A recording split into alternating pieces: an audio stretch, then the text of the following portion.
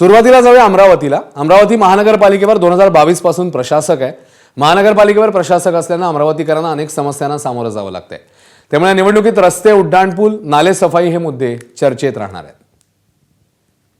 महापालिकेच्या महासंग्राममध्ये मी स्वागत करतो. मी आहे सध्या अमरावती शहरातील जो मुख्य चौक आहे, राजकमल चौक. या माझ्या पाठीमागे राजकमल चौक आहे आणि इथून जो उड्डाणपूल आहे, हा उड्डाणपूल काही महिन्यांपूर्वी बंद करण्यात आले. याचा परिणाम असा झाला की संपूर्ण शहरात वाहतूक कोंडीची समस्या निर्माण झालेली आहे आणि हा मुद्दा निवडणुकीमध्ये 100% गाजणार आहे महानगरपालिकेच्या. यावर बोलण्यासाठी आपल्यासोबत सर्व पक्षाचे नेते मंडळी, आपण त्यांच्याशी चर्चा करूया. आधी काँग्रेसकडे जाऊया. काँग्रेसचे प्रवक्ते मिलिंद चिमोटे, काय सांगाल? चायनाची भिंत सारखीच भिंत बांधण्यात आली आहे?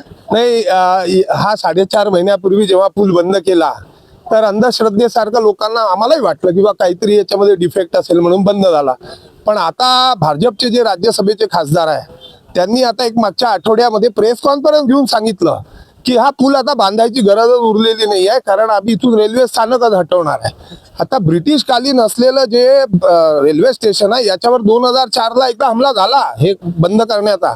तेव्हा सुद्धा आदरणीय BT देशमुख साहेब, गवई साहेब, सुनील भाऊ देशमुख, आपलं हे शेखावत साहेब आणि प्रतिभाताई पाटील यांनी ते सगळं करून इथून मॉडेल रेल्वे स्थानक दिलं.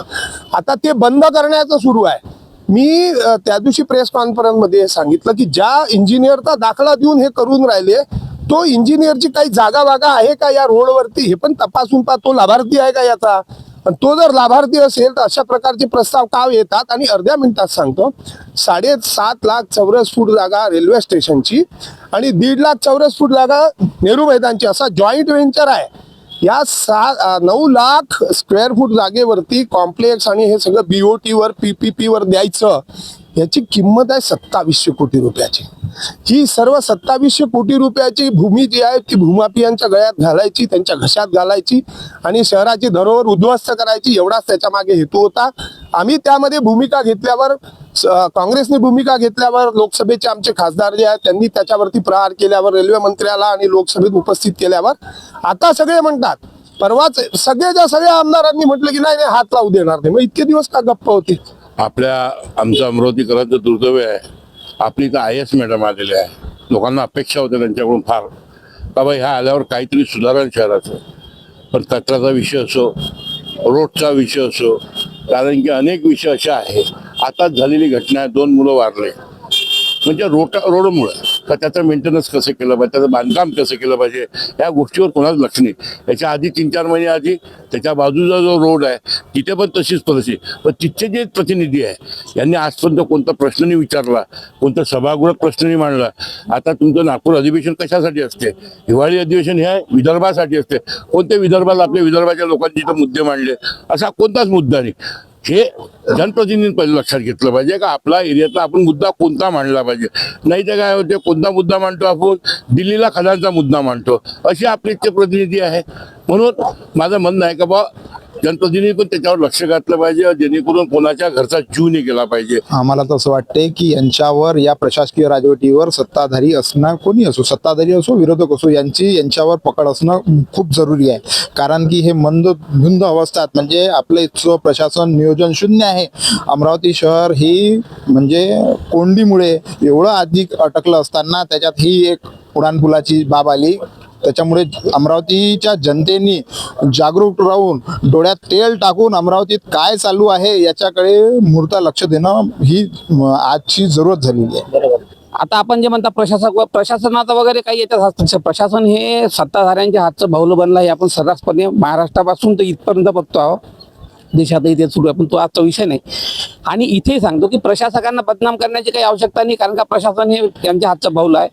आज जे काही आपण हे मागे बघतो तो समस्यांबाबत, हा फ्लायओव्हरचा जो प्रश्न आहे, असं कधी होतं का हो या देशात तरी कुठं झालं आहे का की आज दुपारी नोटिफिकेशन काढलं जाते की हा पूल बंद होणार आहे, लोकांना माहीतच नाही, आणि रात्री पूल बंद केला जाते. ट्रॅफिक जाम होते या शहरात. कलकत्त्यापेक्षा भयंकर ट्रॅफिक त्या गेल्या 10 दिवसात मी बघितली. इतके भयंकर प्रॉब्लेम आले, लोकांना अक्षरशः दम कोंडल्यासारखं होत होतं. आणि टेंडरिंग व्हायचंच आहे, अजून काही झालं नाही.